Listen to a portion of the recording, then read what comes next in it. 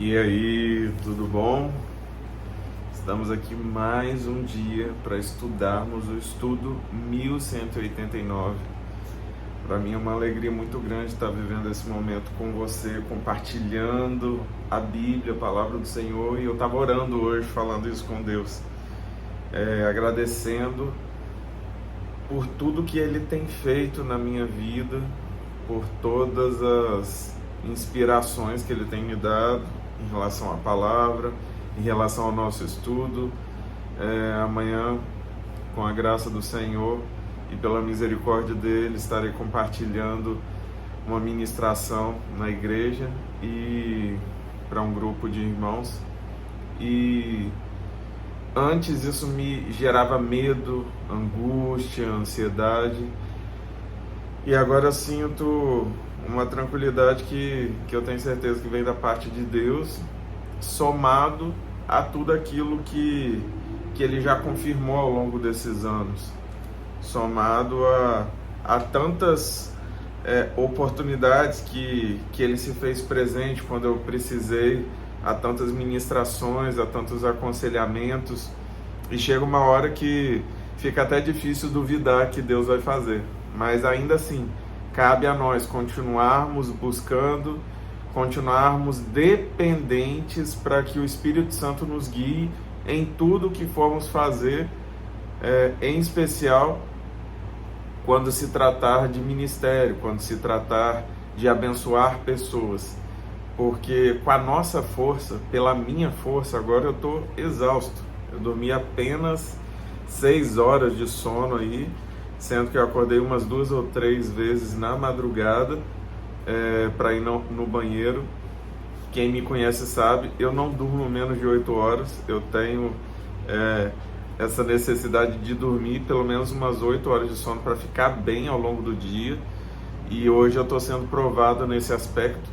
Eu passei quase 4 horas estudando um material essa noite, dormi pouco, como disse, e o dia foi bem recheado de atividades, muitas questões relativas à empresa, a ministério, a projetos, a compromisso de saúde também. Levei minha esposa no hospital, Estherzinha está comendo todo o ferro do sangue de Karen, e uma taxa que tinha que estar, 20, 22, estava 9, então ela está tendo que tomar uma reposição que só dá para tomar no hospital, e tinha uma emergência no hospital, a gente ficou lá 1 hora agarrado, mas graças a Deus foi tudo ok.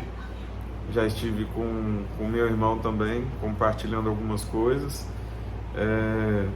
e a vida não para, ela não para, mas a gente não pode se esquecer do nosso compromisso de buscar a face do Senhor, porque nas muitas atividades e angústias da vida, existem muitas boas desculpas para que a gente não pare para buscar a presença de Deus. Mas a gente para acessar as redes sociais, a gente para ver uma Netflix, a gente para conversar com um amigo, a gente para se reunir em família. Então, tão importante quanto todo o resto, em primeiro lugar, busque a face do Senhor, porque sem dúvida as demais coisas serão acrescentadas de uma forma que traga bênção e não angústia, traga de fato uma prosperidade e não apenas dinheiro.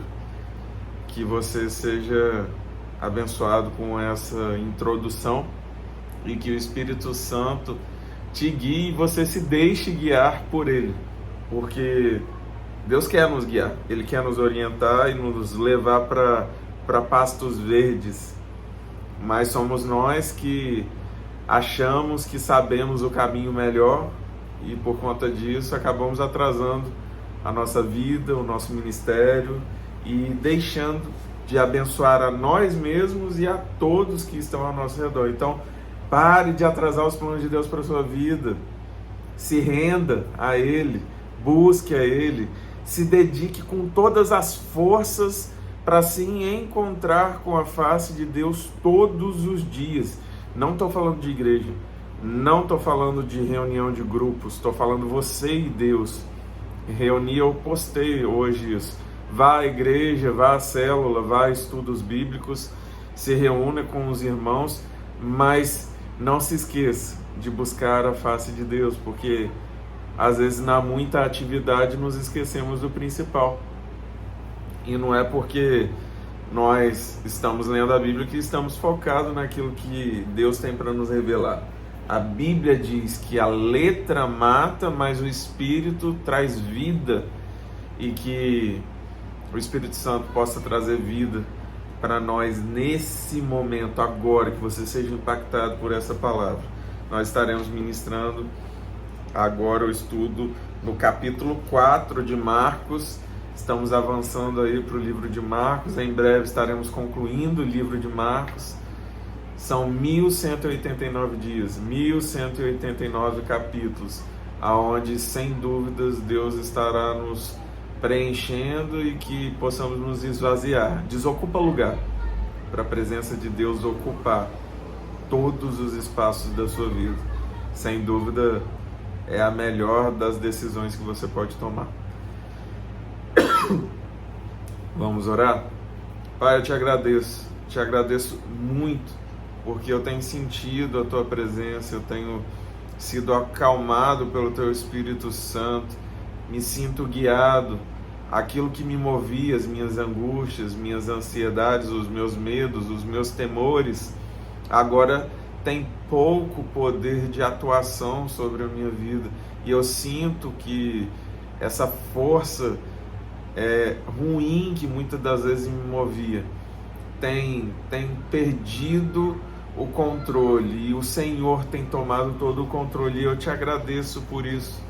E eu te peço que eu não me esqueça dessa oração, que eu não me esqueça dos dias em que eu era tomado pela angústia, pela ansiedade, pela depressão, e que eu busque todos os dias estar mais próximo do Senhor, para refletir a tua vontade sobre a minha vida, sobre a minha família, sobre a minha casa, sobre os meus amigos, sobre o ministério que o Senhor confiou a mim, e sobre cada um daqueles que o Senhor há de acrescentar na minha vida.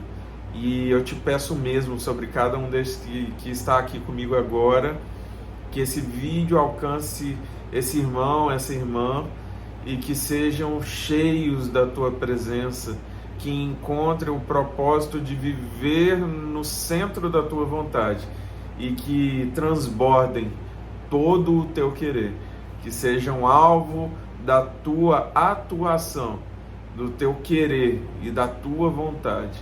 É o que eu te peço para a minha vida, é o que eu te peço para cada um destes que estão aqui comigo. Que o Senhor venha tomar o espaço e o controle, e que possamos sentir a tua atuação sobre a nossa mente, sobre o nosso espírito, sobre as nossas emoções. Traga cura, traga libertação, traga transformação de pensamento e de atitude, e traga salvação, porque carecemos, e só tu, só o Senhor pode nos dar a salvação que tanto esperamos alcançar quando estivermos vivendo no centro da tua vontade. Obrigado, Pai, fica conosco, em nome de Jesus, amém. Esse cachorrinho não para, né, Al? Olha lá, espertão, quase derrubou tudo aqui no meio da oração. Vamos lá. Marcos 4. Novamente, Jesus começou a ensinar à beira-mar. Reuniu-se ao seu redor uma multidão tão grande que ele teve que entrar num barco e assentar-se nele. O barco estava no mar, enquanto todo o povo ficava na beira da praia.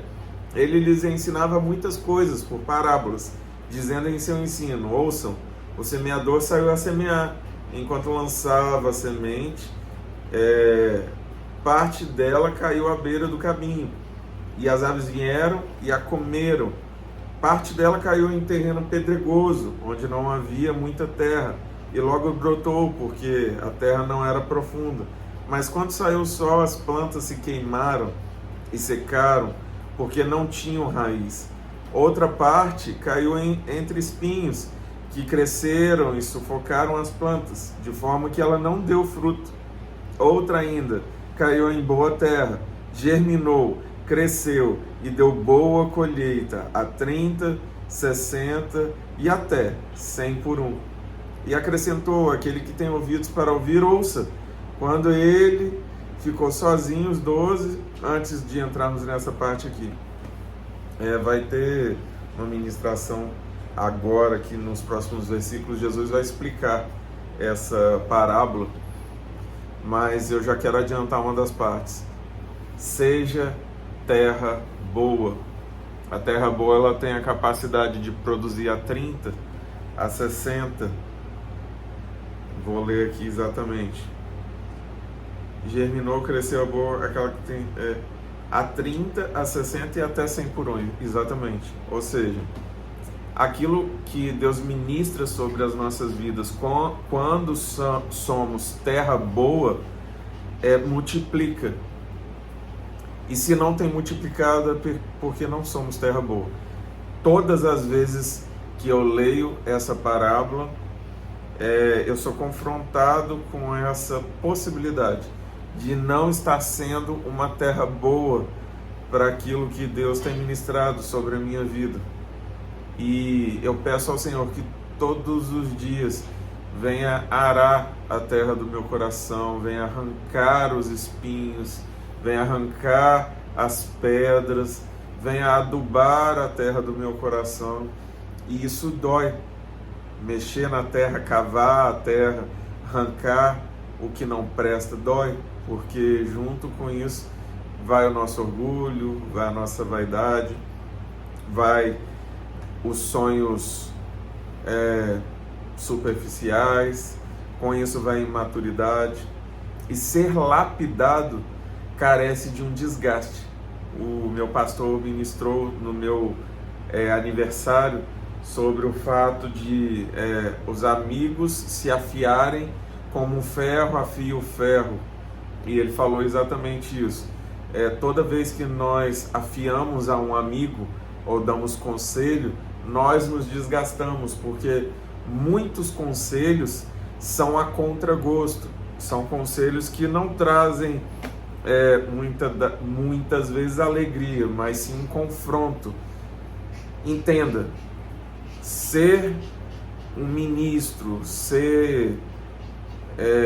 carregar essa bênção, carregar essa palavra, trazer uma palavra de sabedoria, ensinar, gera desgaste, gera acusação, gera pessoas falando: o que você está fazendo, por que você está fazendo, quem é você, coloca em dúvida aquilo que Deus tem feito na sua vida. Mas não pare, continue a trabalhar na terra do seu coração, sem dúvidas. A multiplicação vai compensar todo o desgaste. Continuando. Quando ele ficou sozinho, os 12 e os outros que estavam ao seu redor lhe fizeram perguntas acerca das parábolas. Ele lhes disse: a vocês foi dado o mistério do reino de Deus, mas aos que estão fora tudo é dito por parábolas, a fim de que, ainda que vejam, não percebam, ainda que ouçam, não entendam. De outro modo, poderiam converter-se e ser perdoados. Eita! E aí? Por quê? É uma pergunta que eu faço para mim mesmo. Por quê? Por que esse trecho aqui? Ainda que vejam, não percebam. Ainda que ouçam, não entendam. De outro modo, poderiam converter-se e ser perdoados.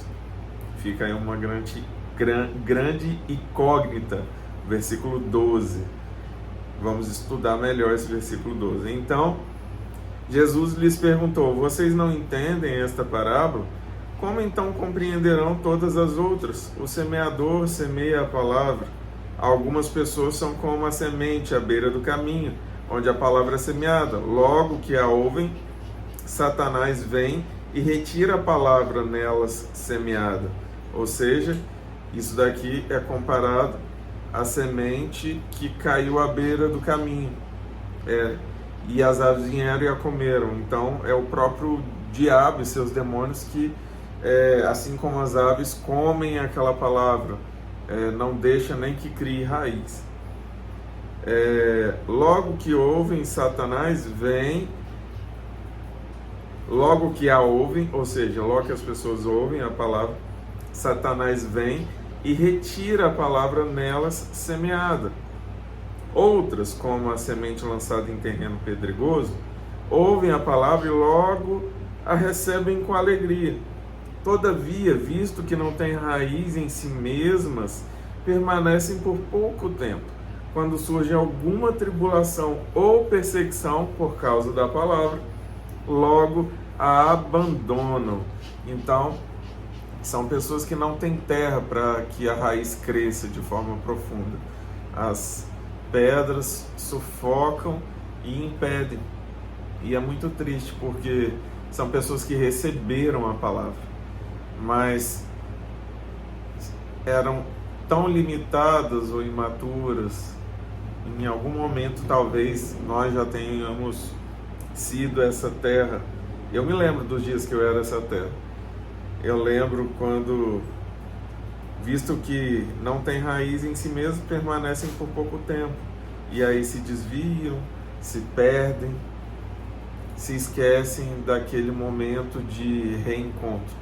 E aí caem. Logo a abandonam. Continuando. Outras ainda, como a semente lançada entre espinhos, ouvem a palavra, mas quando chegam as preocupações desta vida, olha aqui, os problemas do dia a dia, a ansiedade, a angústia, o medo, as questões financeiras, as questões de saúde, os problemas dessa vida, as preocupações dessa vida, o engano das riquezas e os anseios por outras coisas, qualquer outra coisa, sufocam a palavra, tornando-a infrutífera. Aqui, a pessoa aceitou a palavra, essa palavra começou a enraizar e olha, tem muitas terras assim. Eu me lembro por quantos anos da minha vida em que a ansiedade me conduziu, a depressão, o medo, as riquezas, os compromissos, e isso me tirava. Eu não conseguia chegar no final de um dia e parar para buscar a face de Deus. Eu não começava o meu dia buscando a face de Deus. Quantas vezes eu ainda me pego tentado a iniciar o meu dia já resolvendo alguma coisa. Porém, eu paro e falo, não vou começar por aí, vou começar por aqui, porque aqui é melhor. Que seja assim. E ainda que algum dia ou outro passe despercebido por alguma responsabilidade adicional, ou você não conseguiu acordar tão cedo, que você possa colocar sua mente, seu coração submissos à vontade de Deus, reconhecendo o erro cometido logo no início do dia. Pai, te peço perdão, não vou conseguir ter um tempo de qualidade com o Senhor, mas eu quero começar pedindo ao Senhor a renovação da misericórdia, das misericórdias do dia. Eu já quero usar uma delas, já quero pedir a tua misericórdia para essa questão, mas logo quando eu puder eu vou parar e a gente vai ter um tempo junto. Gente, Deus, Ele quer isso, Ele quer sinceridade, porque Ele está vendo seu coração. Não tente dizer algo para Deus diferente do que você está sentindo. Então, ainda que você não tenha vontade, fala, não estou com vontade. Pai, estou com preguiça. Quantas vezes eu orei falando, Pai, não estou afim. Eu estou cansado, minha mente está cansada, me traz alívio, me traz refrigério, fala comigo através de um louvor. Eu vou colocar o louvor para tocar e ser o suficiente para que eu fosse tratado, para que Deus falasse comigo, para que eu sentisse a presença de Deus e aquilo me movesse a uma oração cada vez mais sincera e profunda, e a um momento de estudo, devocional. É isso, é relacionamento. Relacionamento, a gente se relaciona relacionando-se. Outras pessoas são como a semente lançada em boa terra. Ouvem a palavra, aceitam-na e dão uma colheita de 30, 60 e até 100 por um. Aí terra boa é terra boa. É aquela que multiplica. É aquela que você coloca uma semente. E essa semente gera 30, 60, 100 frutos. E cada um desses frutos traz consigo algumas sementes. Então, tudo aquilo que Deus faz, ele tem esse efeito multiplicador. Tenha essa certeza no seu coração. Continuando, agora a parábola da candeia, se eu não me engano. Ele lhes disse: quem traz uma candeia para ser colocada debaixo de uma vasilha ou de uma cama? Acaso não a coloca num lugar apropriado? Candeia é lanterna, tá? Não tem aquelas lanternas que segura assim, que coloca óleo, aí, ou querosene, acende o pavio. É isso, candeia é uma lanterna antiga. Ou seja, quem traz uma lanterna para ser colocada debaixo de uma vasilha ou de uma cama, você ilumina debaixo da sua cama? Hoje tem iluminação indireta que coloca tudo quanto é lugar. Mas qual o propósito de iluminar, a não ser fazer um ambiente com iluminação direta mais gostosinho e tudo mais? Mas o propósito da luz é iluminar. Então não faz sentido colocar debaixo de uma vasilha. Qual o sentido? Ou de uma cama. Acaso não a coloca num lugar apropriado? Porque não há nada oculto senão para ser revelado, e nada escondido senão para ser trazido à luz. Ou seja, tudo que está oculto ou escondido, uma hora vai ser revelado, uma hora vai ser trazido à luz. Se alguém tem ouvidos para ouvir, ouça. Ou seja, se você compreende, então entenda. Considerem atentamente o que vocês estão ouvindo, continuou ele. Com a medida com que medirem, vocês serão medidos, e ainda mais lhes acrescentarão. A quem tiver mais lhe será dado, a quem tiver mais lhe será dado. De quem não tiver, até o que tem lhe será tirado. E aí entra no nosso compromisso. Amanhã eu vou ministrar uma palavra que chama as chaves de sabedoria que Salomão não utilizou. Eu fui impactado por essa interpretação, a qual eu sinto que sem dúvida vem da parte de Deus, e eu já havia lido esse texto outra vez, ao menos uma vez eu já tinha lido, e eu não tinha visto, mas quando eu li recentemente, eu li e escrevi palavras de sabedoria, eu tenho que ministrar, e o título já veio e isso ficou no meu coração. E aí, isso tem pouquíssimos dias, eu recebi ontem o convite para ministrar nesse encontro, nesse culto de amanhã.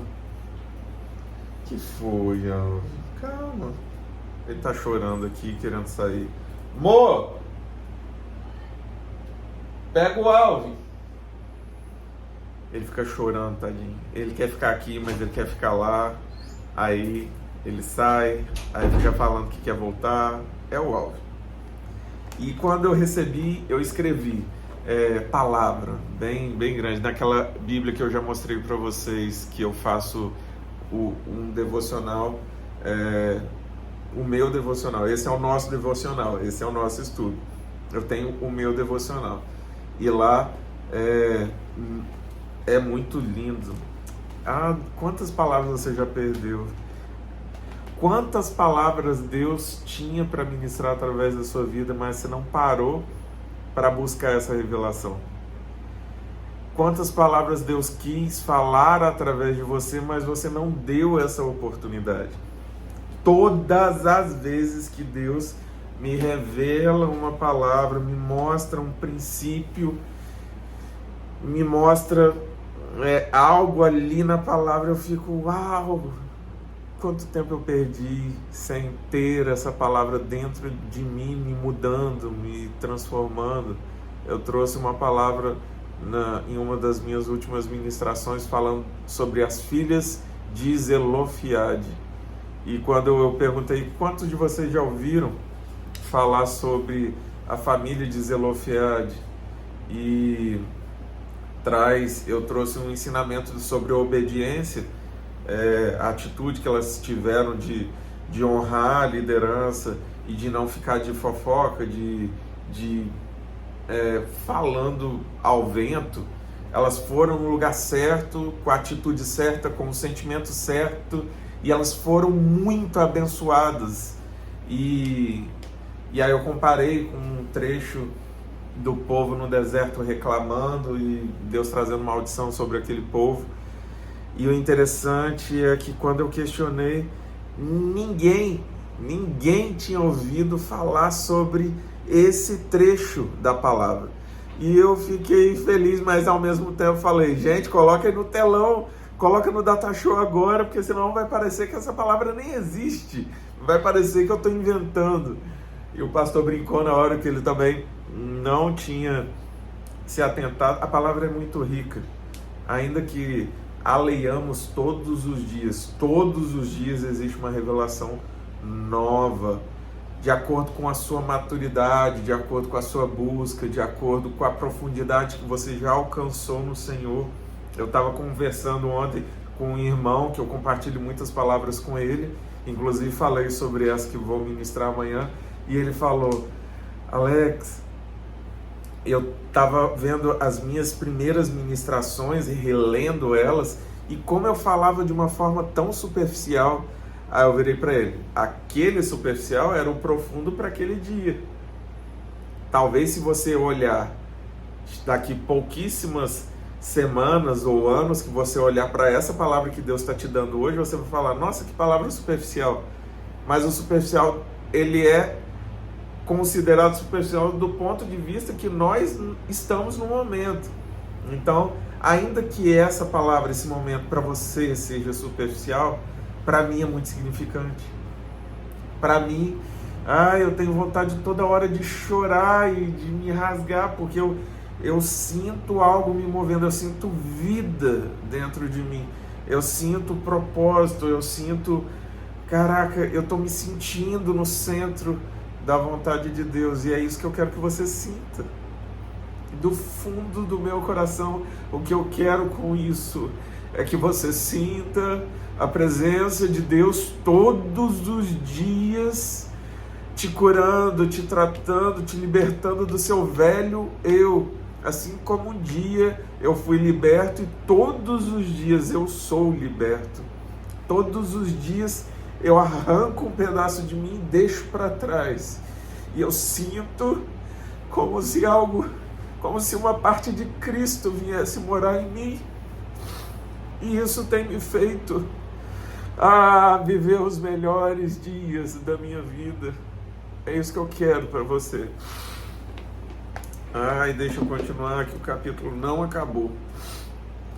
Ele prosseguiu dizendo, o reino de Deus é semelhante a um homem que lança semente sobre a terra, noite e dia. Estando ele dormindo ou acordado, a semente germina e cresce, embora ele não saiba como. A terra por si própria produz o grão, primeiro o talo, depois a espiga, e então o grão cheio na espiga. Logo que o grão fica maduro, o homem lhe passa a foice, porque chegou a colheita. Nós estamos sendo preparados para sermos ceifados. E ainda que Jesus não tenha voltado para toda a humanidade, eu falei isso em algum dos capítulos, Jesus já voltou para milênios de pessoas. Ele pode ainda não ter voltado para você, ou para nós como igreja, mas ele já voltou para 2000 anos de pessoas, de famílias. Todas essas pessoas já estão sentenciadas a uma vida eterna. Sendo ela com Deus ou não, elas estão sentenciadas de acordo com a decisão que elas tomaram. E agora você tem uma oportunidade. Agora você pode orar. Agora você pode jejuar. Agora você pode ler a Bíblia. Agora você pode falar do amor de Cristo. Agora.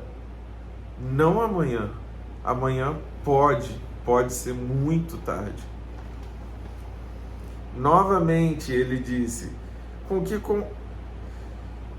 que compararemos o reino de Deus? Que parábola usaremos para descrevê-lo?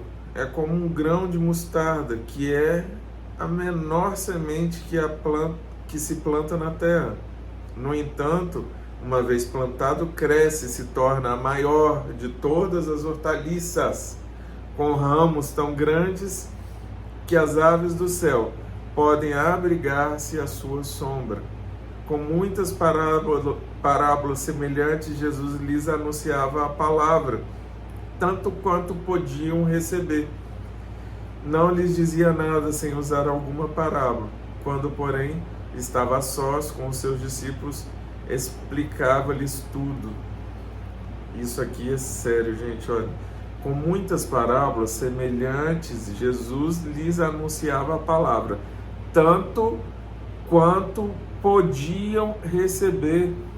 É de acordo com o que cada um de nós podemos receber que vai ser nos ministrado uma profundidade maior, uma abrangência maior, que você se torne cada vez mais capacitado a receber mais, que você deixe de ser um copo d'água para se tornar uma garrafa, para se tornar um balde, uma bacia, para se tornar uma caixa d'água, para se tornar um grande recipiente, para que você consiga receber mais da parte de Deus para a sua vida, porque sem dúvidas, quanto mais somos cheios e quanto maior é a nossa capacidade de sermos cheios, mais temos capacidade de atrair as bênçãos para nós e aqueles que estão ao nosso redor e aqueles que Deus traz até nós. Mire, você vai se tornar um manancial de águas vivas e a fonte dessa água vem do céu. Ao invés de ir atrás de pessoas de oração, de homens e mulheres de Deus, não busque homens e mulheres, busque a face do Senhor. Sim, conte com a ajuda. Coloque. Ontem mesmo eu recebi uma ministração, um pastor sonhou comigo, com a minha esposa, e ele nos ungiu ontem no culto e fez uma ministração de proteção sobre as nossas vidas, pediu para que o Senhor repreendesse toda retaliação contra as nossas vidas, e eu entendi que quanto maior o nível da batalha a qual a gente se envolve, maior a necessidade de novas armas, ou de suporte, ou de ajuda. Então é importante que não estejamos só, é melhor que sejam dois. Porém, não fique dependente disso. Entendeu a diferença? Não seja dependente da oração de um terceiro. Clame você a Deus e peça a Ele que te supra, que levante outros intercessores, que levante anjos, que o mundo espiritual se mova a seu favor.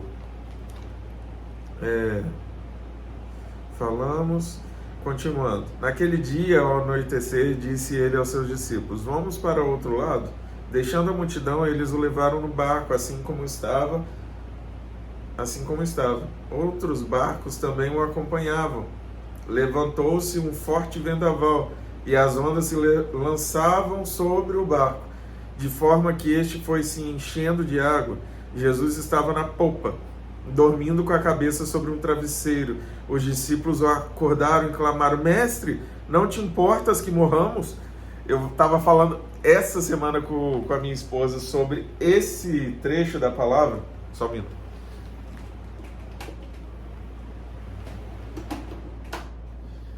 Desligando o ventilador aqui, que eu ligo o ar-condicionado e o ventilador, porque normalmente quando eu sento aqui eu estou suando demais. E voltando aqui para o trecho, aí eu estava falando com minha esposa: o amor, Jesus devia viver cansado, ele devia ter uma exaustão física absurda, porque quando a gente se envolve numa batalha espiritual, isso afeta o nosso físico, fragiliza, às vezes causa dor, às vezes causa enjoo, às vezes causa fraqueza, e é muito, muito perceptível. Eu imagino que o corpo de Jesus devia ser extremamente sobrecarregado. Ele dormia em qualquer lugar. Tem um trecho que fala, Jesus fala, eu não tenho onde dormir. Ele fala para uma pessoa, você está querendo me seguir? Eu não tenho para onde dormir, eu não tenho aonde dormir, tá? Eu durmo em qualquer lugar. Ou seja, ele devia estar cometido de um cansaço tão grande sobre o físico por conta de tudo que ele fazia no espiritual, que ele tinha esse esgotamento. Olha o nível. Ele dormiu na polpa, proa é na frente, polpa no fundo. Dormiu, desmaiou. E a galera teve que acordar ele ainda intimando. Ô Jesus, não vai fazer nada não? Quer que a gente morra? Aí Jesus, ele se levantou, repreendeu o vento e disse ao mar, aquiete-se, acalme-se. O vento se aquietou e fez completa bonança. Imagina você virar para o mar e falar, calma, e o mar acalmar. Esse é Jesus. Então perguntou aos seus discípulos, por que vocês estão com tanto medo? Ainda não têm fé? Eles estavam apavorados e perguntavam uns aos outros, quem é esse que até o vento e o mar lhe obedecem? Esse é Jesus. Vou falar de mim mesmo. Tenho certeza que essa frase aqui é de alguém que estava muito cansado. Por que vocês estão com tanto medo? Ainda não tem fé? Não precisava ter me acordado não. Era só falar com fé. Mas é isso. Muito feliz por poder compartilhar momentos como esse com você. E deixar registrado aqui. O interessante é que esse tipo de registro, ele não está limitado ao momento em que eu estou gravando, mas ele agora faz parte de uma rede social e pode alcançar tantas pessoas e trazer de alguma forma inspiração, pode mover alguém a ter um encontro verdadeiro com o Senhor. E eu quero dizer para você agora, você não está aqui por acaso. Foi Deus que te trouxe aqui, não tenha dúvida disso. Que essa palavra possa entrar no seu coração e te trazer uma mudança tão profunda ao ponto de você ter um encontro tão verdadeiro, tão único, tão especial, tão marcante, que faça a diferença do amanhã na sua vida. Que seja um marco a fim de que você tome uma iniciativa para que você viva todos os planos de Deus para você, para sua família, para aqueles que você ama e para tantos outros que você nem conhece. É isso que eu desejo para sua vida. Que Deus te abençoe muito. Um abraço.